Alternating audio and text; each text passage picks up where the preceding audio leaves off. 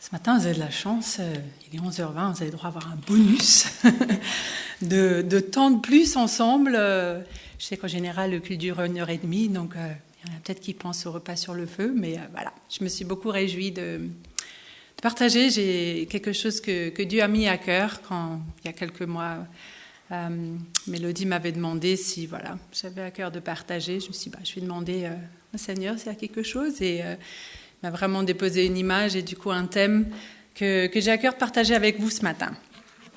Et j'aimerais vous inviter par commencer à entrer dans un texte biblique, non pas avec votre intellectuel, mais avec votre cœur.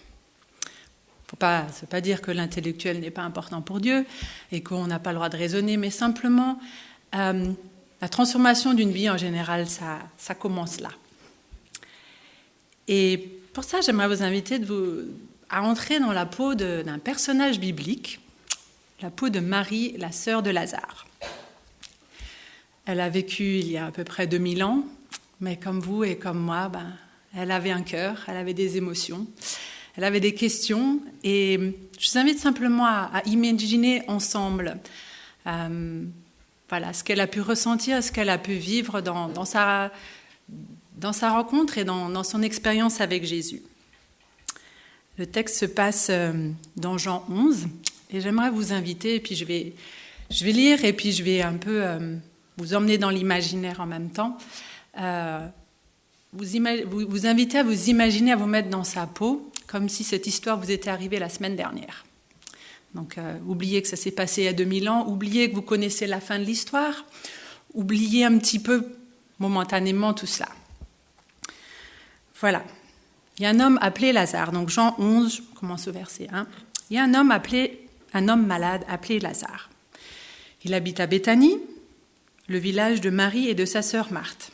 Et là, Jean nous met des petites parenthèses. Vous savez, c'est qui Marie ? Marie, c'est la femme qui a versé du parfum sur les pieds du Seigneur et les a essuyés avec ses cheveux.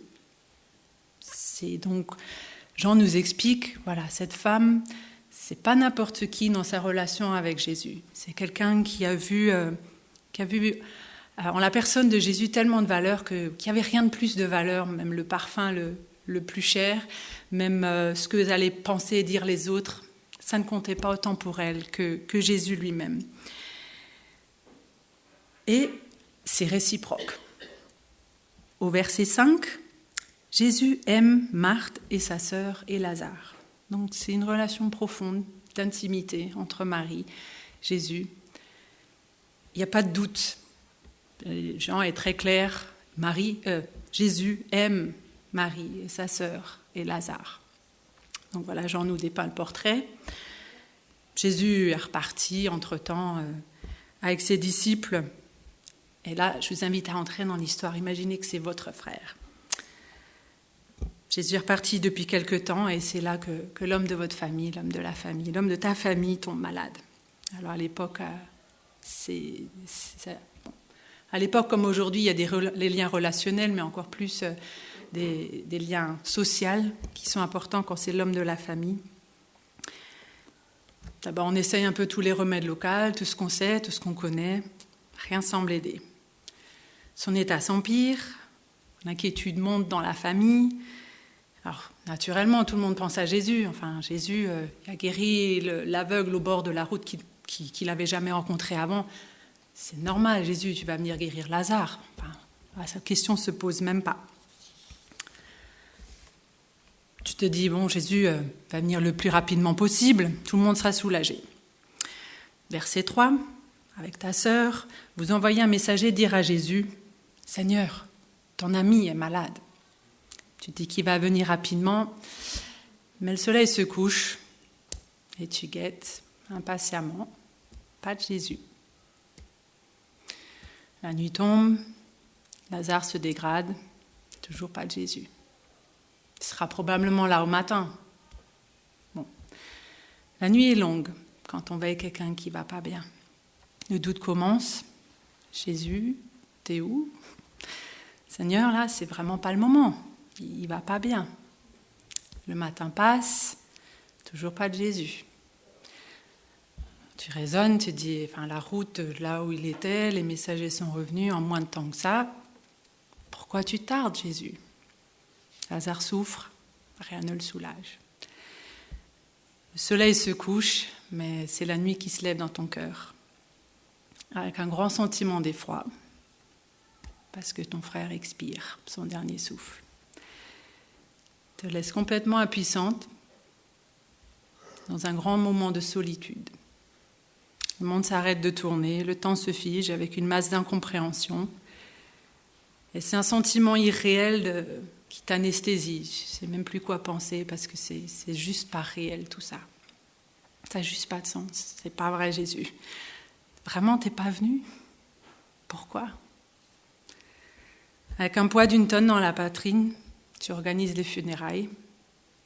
Peut-être que Jésus viendra maintenant. Même pas. Lazare est dans son tombeau et les questions se bousculent dans ta tête. Pourquoi, Jésus? J'avais confiance en toi. Tu m'as laissé tomber.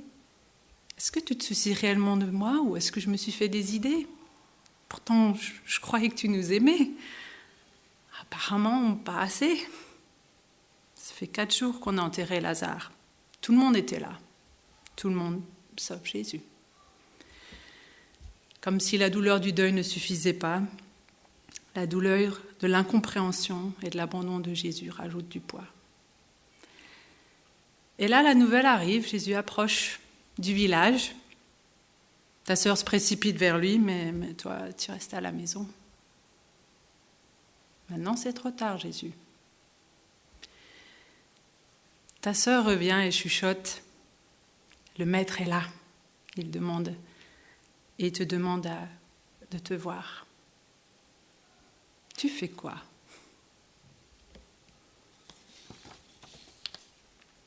Quelque chose dans ton cœur a besoin de comprendre. Peut-être qu'il reste une étincelle d'espoir. Il refuse de croire que Jésus est cruel ou qu'il est faible. Alors, tu te dépêches d'aller voir Jésus et « Seigneur, si tu avais été là, mon frère ne serait pas mort. »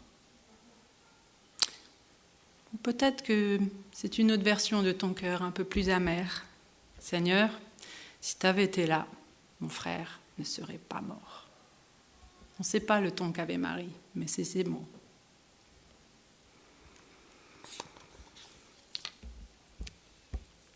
Alors, je sais que je viens de déposer une bombe émotionnelle sur vous. Et je ne sais pas pour vous, mais pour moi, à chaque fois que je retravaille, que je repasse dans ce passage, j'ai encore toute l'émotion chargée quand je me mets dans la peau de Marie qui me remet dans la poitrine. Non pas parce que c'est une histoire d'il y a 2000 ans, mais parce que je suis persuadée que bon nombre d'entre nous, et moi j'en fais partie, ont une phrase à mettre après le « Seigneur, si tu avais été là, si tu avais fait cela, ça ne serait pas arrivé. » Et je crois que plus longtemps vous avez vécu sur Terre et plus vous avez eu l'occasion de vivre et de revivre malheureusement ce genre de circonstances qui semblent dire que clairement Dieu vous a trahi, que Dieu vous a laissé tomber, que vous lui avez fait confiance en sa parole. Il semblait dire ça clairement, mais apparemment ça ne s'aligne pas. Et peut-être qu'aujourd'hui encore la question du pourquoi Seigneur, ça vous hante encore. Respirez profondément. Déçu de Dieu. C'est vrai que ce matin, j'ai à cœur un sujet qui provoque beaucoup de malaise, mais parfois, c'est en le regardant en face qu'on peut le traverser le mieux.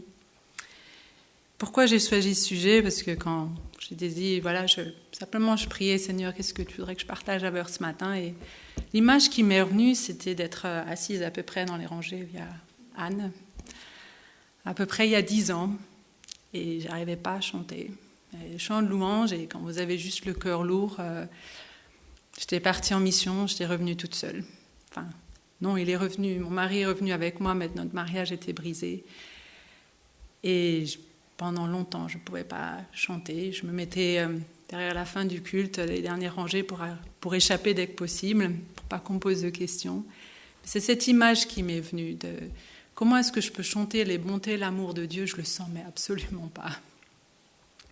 Tout ce que j'arrivais à me dire, c'est je suis tellement brisée. Nos expériences sont différentes, mais je crois que l'expérience de la déception de ce qu'on pensait que Dieu allait faire ou qui il était, je crois que c'est une expérience commune et si vous ne l'avez pas encore vécue, j'imagine que vous allez la vivre. Mais je crois que ça ne s'arrête pas là. Mon but ce matin, c'est qu'on lutte ensemble. Lutter ensemble. Pourquoi ? Parce qu'on est les enfants d'Israël, un terme vaste, Israël, qui signifie lutter avec Dieu. Déception, désillusion. Peut-être que Dieu n'était pas qui je pensais être. La question qui m'avait traversée, c'est existe-t-il vraiment ? J'ai trop d'évidence, j'ai le même âge que cette église, j'ai vécu trop de choses pour savoir qu'il existe, mais la deuxième question, est-ce qu'il est vraiment aimant ? Est-ce que j'ai imaginé tout ça ? Ou une autre question qu'on peut se poser, est-ce que je suis simplement trop mauvais pour qu'il veuille encore m'entendre ? On fait quoi avec ça ? Là, ce que je vous aimerais vous emmener ce matin, c'est une réflexion, on fait quoi avec ça ? Et un parallèle que beaucoup connaissent, peut-être pas tous, mais c'est un parallèle avec la vie de couple. Quand on voit dans la Bible la métaphore du mariage, c'est une métaphore que Dieu utilise abondamment. Et je crois que dans chaque relation, même avec une amitié proche, ou que ce soit avec un conjoint, lorsqu'on vit une blessure significative, on se retrouve toujours à une croisée des chemins. Qu'est-ce qu'on fait avec cette relation ? On a le choix de soit se bloquer et puis de mettre une distance émotionnelle face à l'autre. On reste théoriquement amis ou on reste mariés, mais l'intimité meurt à petit feu. On n'ouvre plus son cœur, on garde parce qu'on se protège, parce qu'on ne veut plus avoir mal.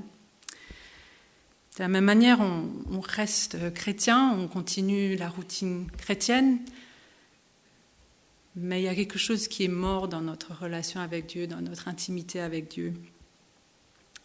Ou alors, une alternative à laquelle j'aimerais vous inviter ce matin, de faire un chemin difficile dans une direction de réconciliation. Dans les relations humaines, on n'a pas de garantie de où ça va nous mener. On sait juste la direction qu'on veut prendre.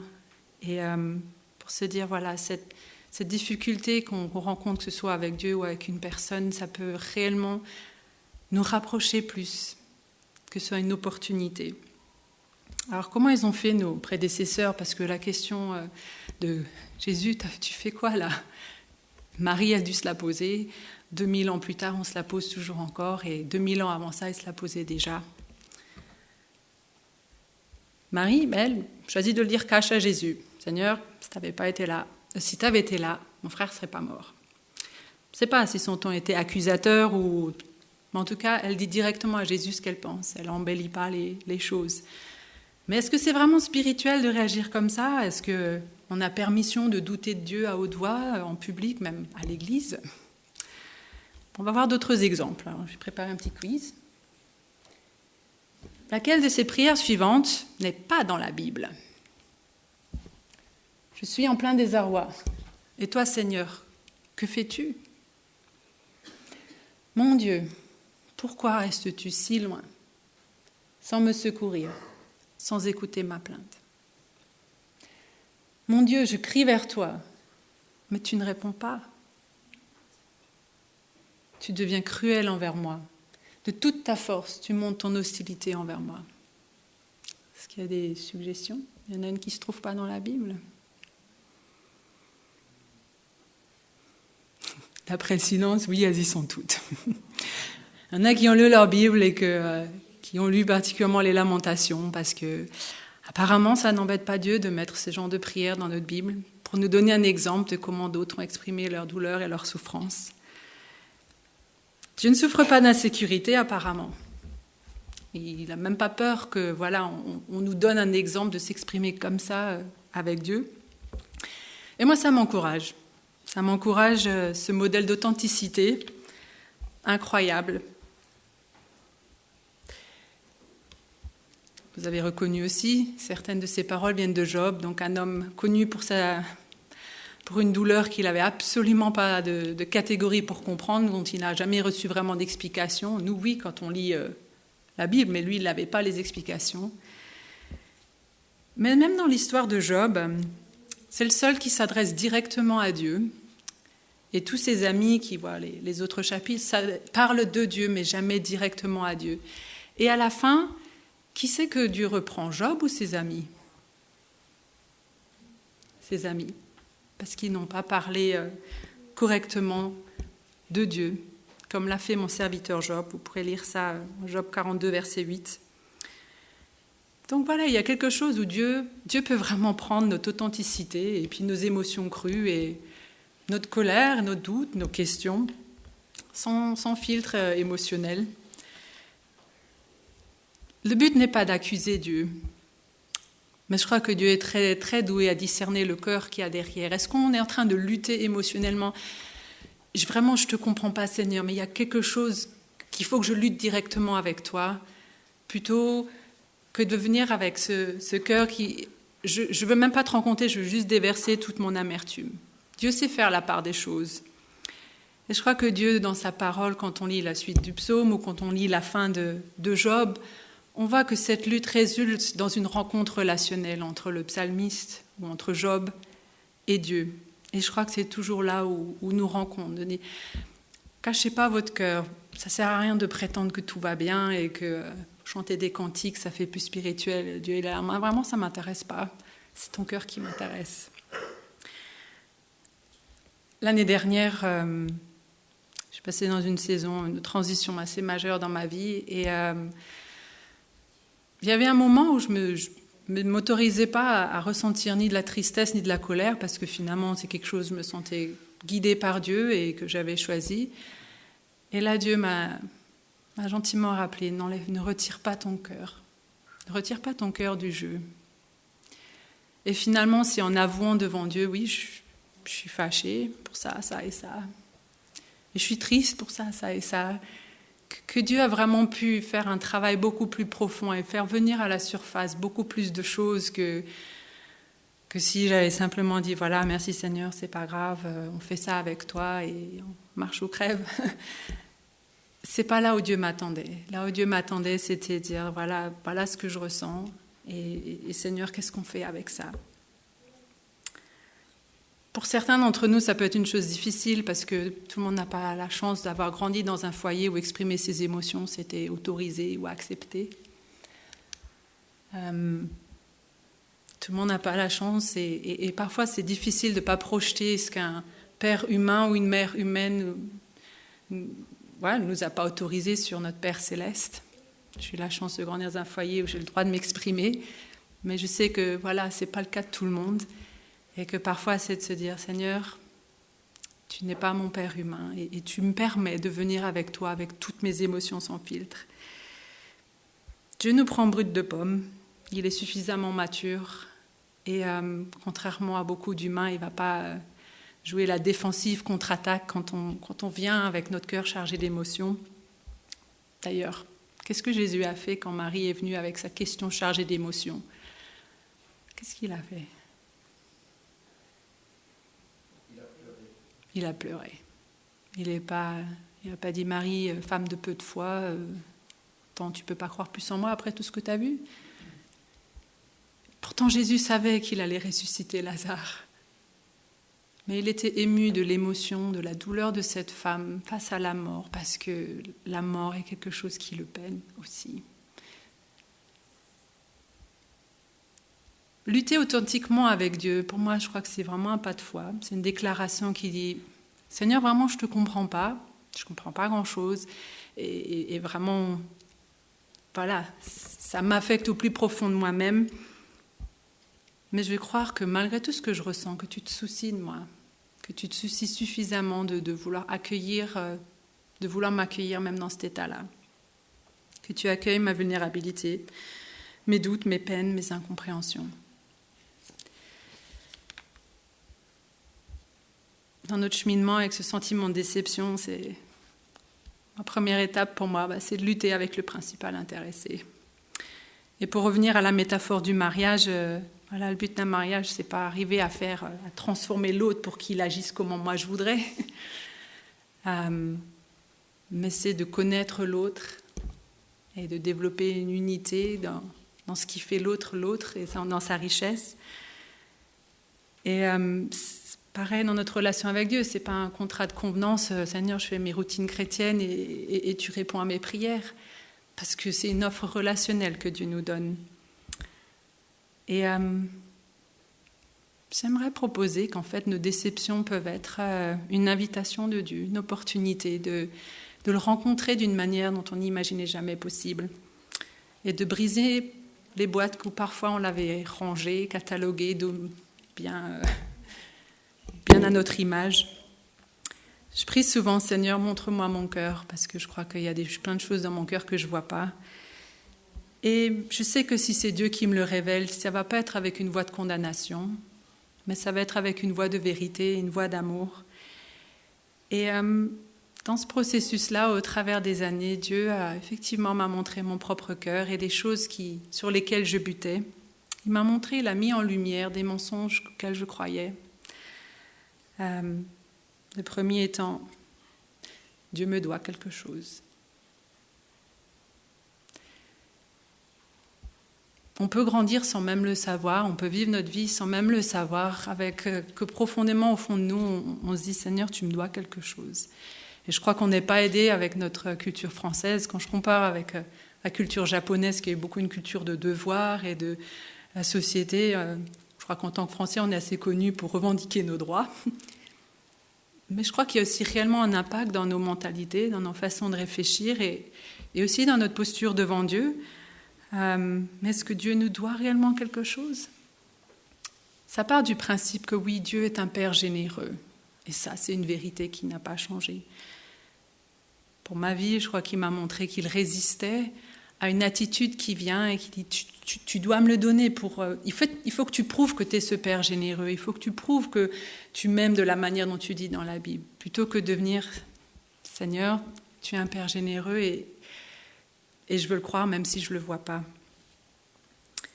Et la position de notre cœur, dont le psalmiste nous invite, c'est plutôt d'être là.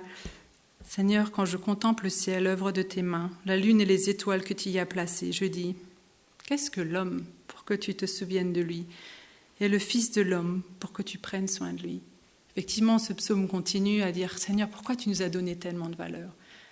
Est-ce qu'on arrive à changer de posture dans notre cœur et à venir avec davantage d'humilité devant Dieu en disant, tu ne me dois rien, déjà tu m'as tout donné, l'air que je respire, le corps dans lequel je vis, tout ce qui m'entoure, la vie éternelle, le sacrifice de ta personne en entier, tu m'as déjà tout donné.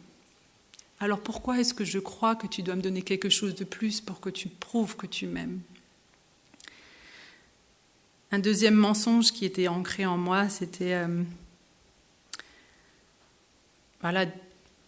et c'est la subtilité.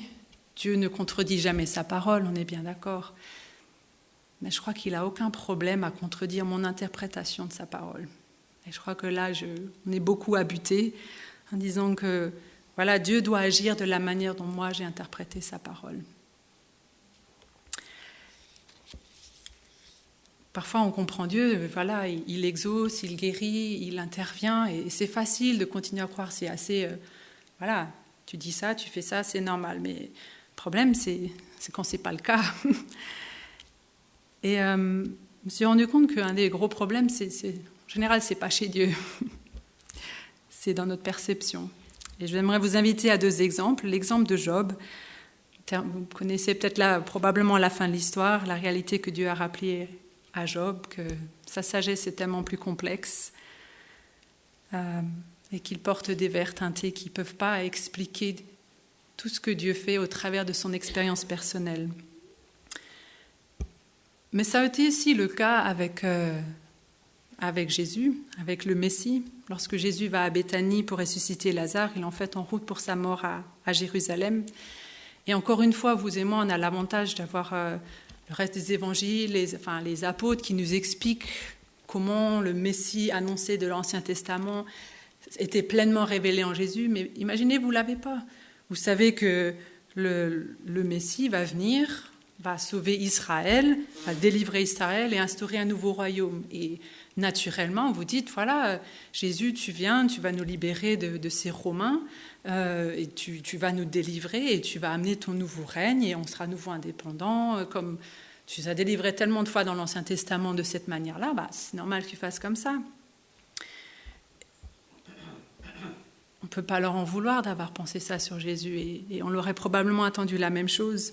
Mais le problème, c'est que Jésus n'est pas rentré dans ce cadre-là, encore une fois. Parce que le peuple de Dieu veut une délivrance de leurs circonstances. Et vous voyez que leur plus grand besoin, c'était les problèmes, les Romains. Dieu voit les choses autrement. Et il voyait que notre plus grand besoin, ce n'est pas la délivrance de nos circonstances, mais la délivrance de notre cœur, de l'oppression du mal et du péché qui est la source de toute oppression. Le problème, c'est que le peuple s'imaginait que régner allait passer par une victoire militaire, écrasante de Rome, la violence. Jésus a montré que son règne passait par prendre toute cette violence sur lui. Et là où il est monté sur son trône, c'était comme ça. Aucun des disciples n'a compris. Pourtant, certains passages qu'on lit dans les évangiles, Jésus ne peut ne pas être plus explicite en disant « je vais mourir, je vais ressusciter ». Après, ils avaient la prophétie du Messie déjà dans Genèse 3, voilà celui qui va vaincre le mal mais en subissant une blessure mortelle, ou le serviteur de Dieu de Ésaïe qui va mourir pour son peuple. Une fois même que Jésus est ressuscité, il lâche pas le morceau et dans Actes, il demande « Seigneur, c'est à ce moment que ça y est, le royaume, il arrive ?» Parce que tellement ça rentrait pas dans leur catégorie et je crois que c'est la même chose pour nous. Dieu ne rentre pas dans nos catégories de perception de c'est quoi le vrai problème. Moi, j'imagine, je ne suis pas la seule, on veut un changement de nos circonstances, un changement de nos problèmes. Et dire, Seigneur, tu vois, c'est ça le vrai problème. Le vrai problème, il est là. Et je ne le vois pas. Et ce n'est pas un cheminement qui est arrivé du jour au lendemain chez moi. Ça a mis des années. Et Dieu l'a fait avec beaucoup de tendresse. Dieu l'a fait sans aucun jugement. Mais petit à petit, il m'a vraiment amené à une place à voir mon cœur et à réaliser tout ce qu'il voulait me donner. Parce que Dieu ne veut pas juste enlever un empire romain, il veut enlever dans notre cœur le désir d'utiliser quelqu'un d'autre. Il ne veut pas juste enlever la pédophilie du monde, il veut enlever du cœur de chaque être humain le regard que nous portons sur les gens qui nous entourent. C'est bien ce qu'il disait déjà au travers de Moïse, de Jérémie et d'Ézéchiel. Il nous faut un nouveau cœur. Le problème, c'est que parfois, j'ai d'autres projets pour Dieu. Je veux du soulagement rapide. Il veut une transformation profonde qui va le refléter davantage dans ma capacité à aimer.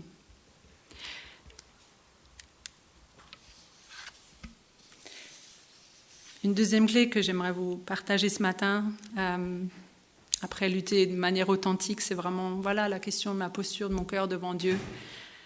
Et dans notre souffrance, je crois que Dieu nous invite à l'humilité.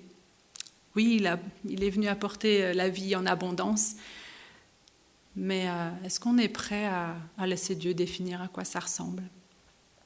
Est-ce que je suis prête à soumettre ma compréhension, et ça c'était un problème chez moi, à soumettre ma compréhension à sa souveraineté et à accepter une part de mystère, peut-être pour un temps donné ou peut-être jusqu'à ce que Jésus me le révélera.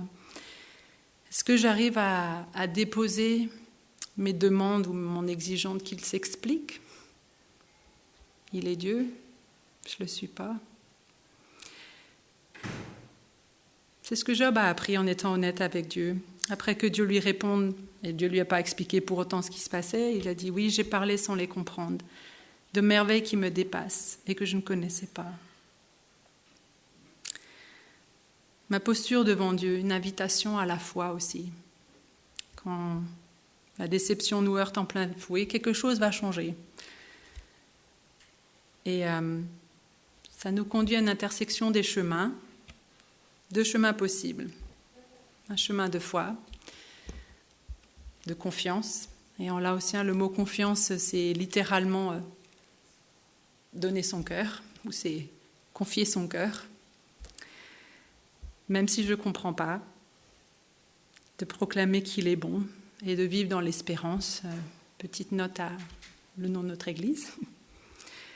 Ou un chemin d'incrédulité qui demande à ce que Dieu se prouve d'abord, avant que je lui donne ma confiance, et qui va me conduire sur un chemin où l'intimité avec Dieu meurt à petit feu.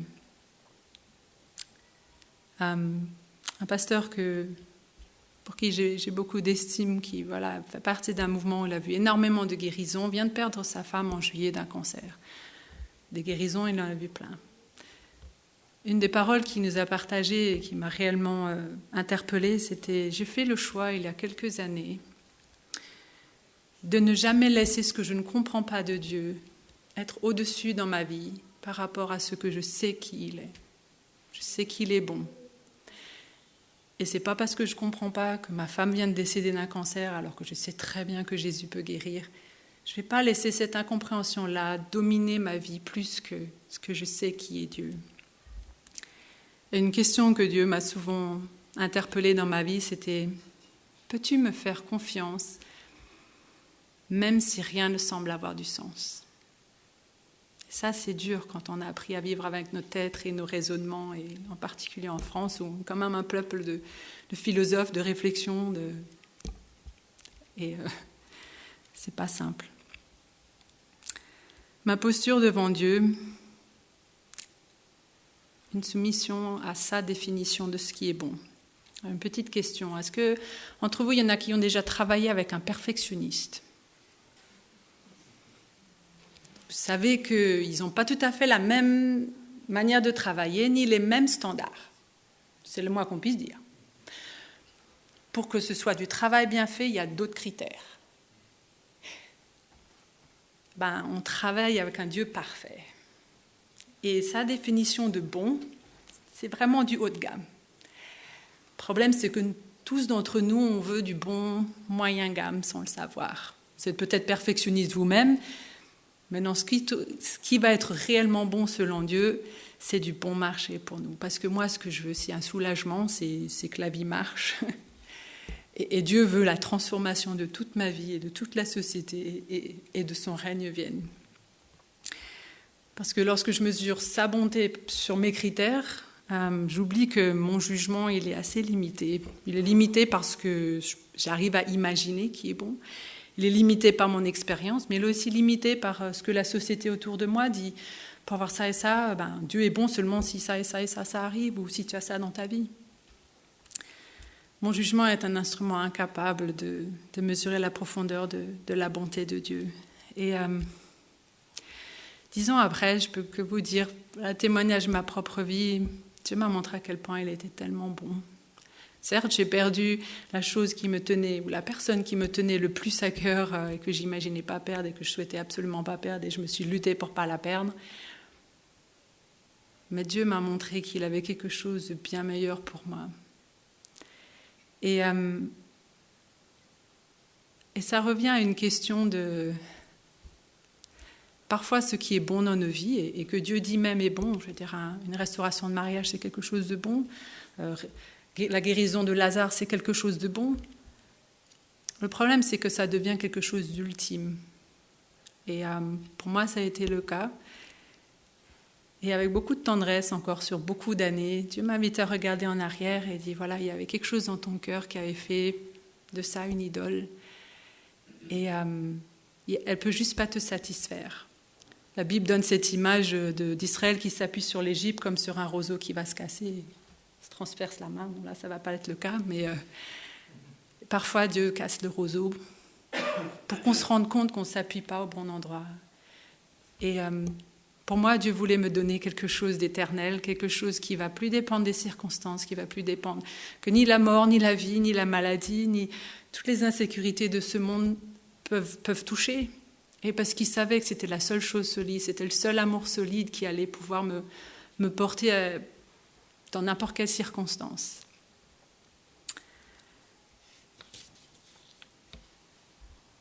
Alors, c'est un moment où je butais vraiment parce que Dieu ne me donnait pas ce que je désirais le plus. Dieu m'a rappelé le psaume 37, verset 4, qui dit « Fais de l'Éternel tes délices, elle te donnera ce que ton cœur désire. » En gros, Dieu me disait « Change ce que tu veux et tu l'auras. » Parce que j'étais là, Seigneur, voilà, je veux pas ça, mais je veux pas ça non plus. En fait, j'ai pas le choix. De toute façon, ça m'est imposé. Dieu dit, change ce que tu veux et tu l'auras. Et il m'a invité à le rechercher, à désirer la relation avec Dieu plus que quoi que ce soit d'autre. Et il n'a pas menti. Il se donne. Quand notre désir est lui, il se donne. Il m'a invité à investir mon désir dans ce que je ne pouvais pas perdre. Il m'invite à investir, à préférer ma relation avec Dieu au-delà de ce que je tiens désespérément et que je veux désespérément. Et il m'invite à dire, est-ce que tu peux préférer la relation avec moi plus que ce que tu veux ?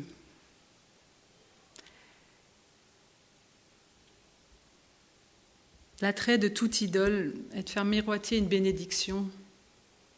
Mais par définition, une idole est vouée à nous trahir. Et c'est pour ça que parfois Dieu nous l'enlève.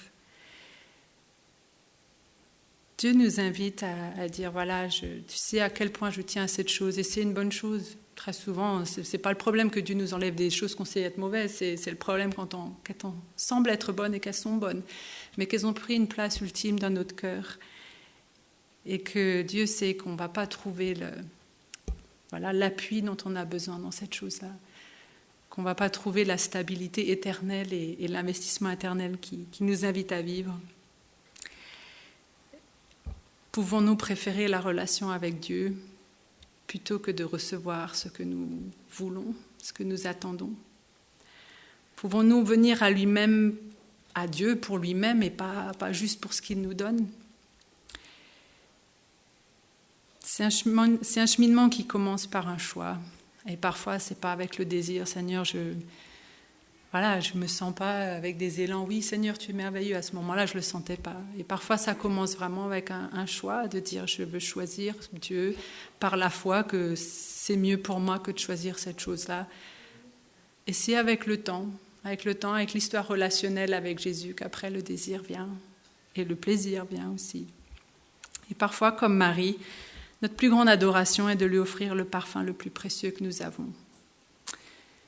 Et ce n'est pas notre temps, ce n'est pas notre argent, même si c'est précieux, c'est notre cœur. Et c'est des fois d'être vulnérable dans notre cœur et de dire voilà, je ne te comprends pas, mais je veux te faire confiance.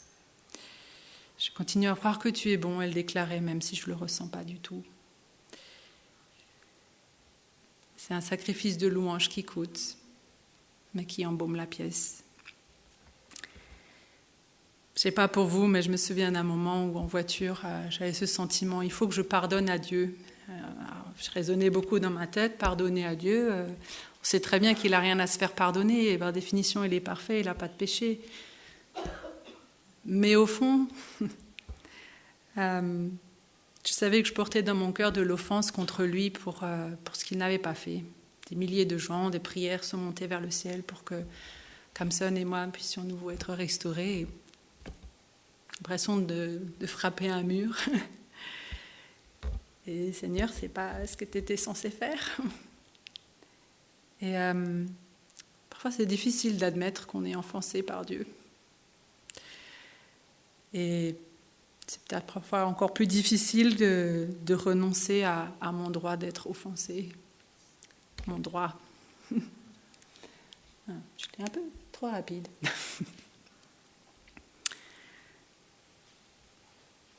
En résumé, voilà, simplement, c'était une invitation que Dieu me faisait de déposer mon droit, d'être offensé et de soumettre ce que je ne comprenais pas. De renoncer à croire que je sais mieux que Dieu à comment être Dieu et de proclamer par la foi qu'il est bon. Mais l'histoire ne s'arrête pas là. Vous avez déjà vu... Que faisait Jésus lorsque les circonstances de Marie et de Marthe semblaient prouver un abandon ? Je vais revenir un petit peu en arrière sur notre texte de Jean 11 avec des versets que nous n'avons pas lus jusque-là. Marie non plus n'avait pas ces bouts d'informations, du coup je les ai sautés. Verset 4. À cette nouvelle, Jésus dit, « Cette maladie n'aboutira pas à la mort, mais elle servira à la gloire de Dieu, afin qu'à travers elle, la gloire du Fils de Dieu soit révélée. » Et au verset 11, il dit aux disciples, « Notre ami Lazare s'est endormi, je vais aller le réveiller. » Verset 14, les disciples ne comprennent pas ce que Jésus veut dire, alors il clarifie, il dit ouvertement, « Lazare est mort. Et à cause de vous, afin que vous croyiez, je me réjouis de ce que je n'étais pas là. » Mais allons vers lui. Apparemment, Jésus et nous, on n'a pas la même version de voir ce qu'il est censé faire. Et qu'est-ce qui est bien de faire.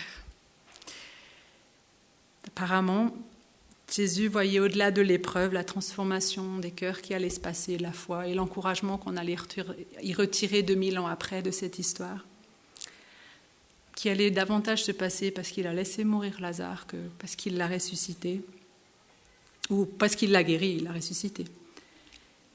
Et pour Jésus, la gloire de Dieu être davantage révélée en lui, en le laissant mourir, qu'en le guérissant, comme il a fait de nombreuses opportunités.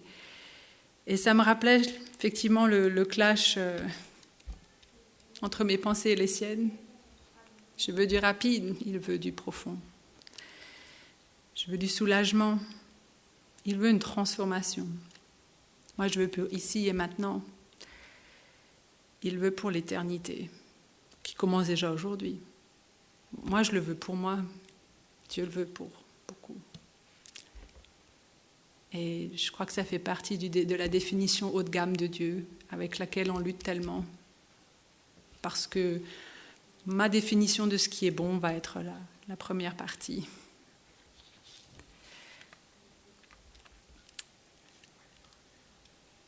Et Marthe a rencontré Jésus. Elle lui dit, « Seigneur, la même chose, si tu avais été ici, mon frère ne serait pas mort. Mais même maintenant, je sais que tout ce que tu demanderas à Dieu, Dieu te l'accordera. » Jésus lui dit, « Ton frère ressuscitera. » Elle dit, « Je sais, répond Marie, il va ressusciter au jour de la résurrection, le dernier jour. » Jésus lui dit, « C'est moi qui suis la résurrection et la vie. Celui qui croit en moi vivra même s'il meurt. Et toute personne qui vit et croit en moi ne mourra jamais. Crois-tu cela ?» Elle lui dit, « Oui, Seigneur, je crois que tu es le Messie, le Fils de Dieu, qui devait venir dans le monde. » Elle n'a toujours pas saisi que Jésus allait littéralement ressusciter Lazare. Et peut-être que c'était aussi une bonne approche. Marthe est venue avec une perspective d'éternité. « Seigneur, même si voilà, mon frère ne ressuscite pas ici, aujourd'hui et maintenant, je sais qu'il va être ressuscité. » Et je crois qu'elle nous invite à avoir cette même perspective d'éternité, des choses sur lesquelles on bute tellement dans le ici et maintenant et dans notre vie temporelle, à dire, Seigneur, toi tu vois dans 20 ans, toi tu vois dans l'éternité le fruit que cette épreuve va porter. Le but de notre existence passagère sur cette terre n'est pas le résultat, ce que nous n'avons pas, mais une relation d'intimité profonde avec Dieu. Ça n'a pas toujours été mon but, mais si comme moi, c'est pas là où est votre désir aujourd'hui, c'est pas grave, c'est quelque chose qui se cultive. Et ça commence simplement par une petite graine. Je veux dire, même un séquoia, où j'ai eu l'occasion de voir cet été un des plus grands arbres du monde qui va jusqu'à 3000 ans.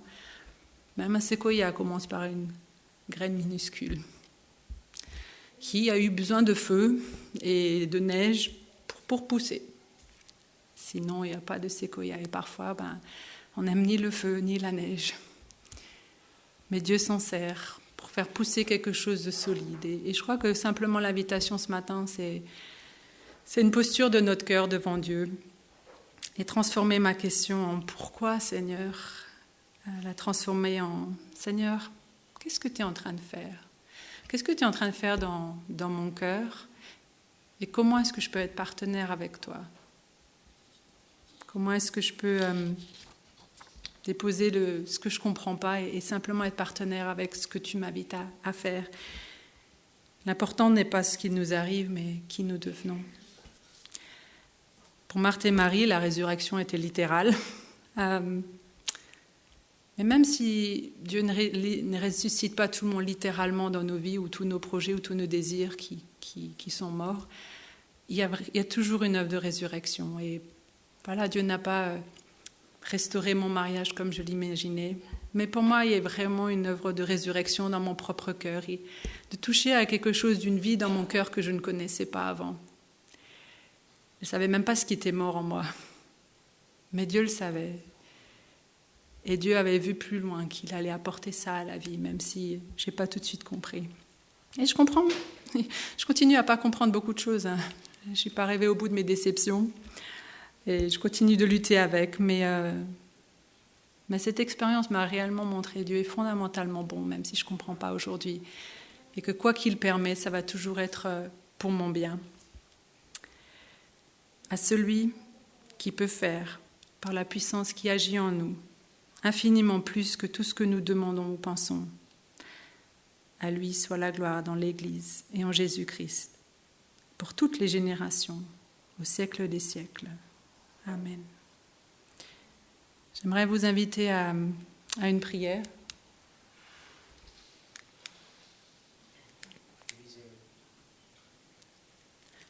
Je peux la prier pourtant. Elle est là. Si vous vous retrouvez avec un désir de simplement changer la posture de votre cœur ce matin, c'est une invitation de vous joindre avec moi.